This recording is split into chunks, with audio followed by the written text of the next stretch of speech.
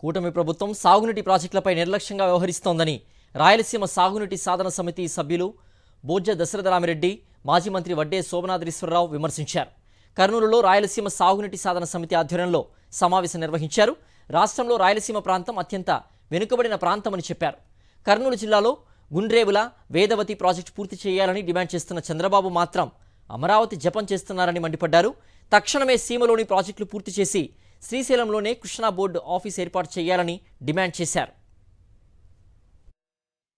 ప్రభుత్వానికి Krishna river management board కార్యాలయం శ్రీశైలంలో పెట్టండి అని చెప్పి ఏకగ్రీవంగా తీర్మానం చేసి పంపిస్తే, రాష్ట్ర ప్రభుత్వం నుంచి అమరావతిలో పెట్టండి అని చెప్పి సెంట్రల్ గవర్నమెంట్ వాటర్ రిసోర్సెస్ మినిస్ట్రీకి రాశారంటే ఇది చాలా బాధాకరమైన విషయం.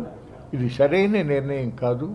దయచేసి ముఖ్యమంత్రి గారు ఉపసంహరించుకోండి. రాయలసీమ ప్రజల యొక్క మనోభావాలను కూడా గౌరవించండి.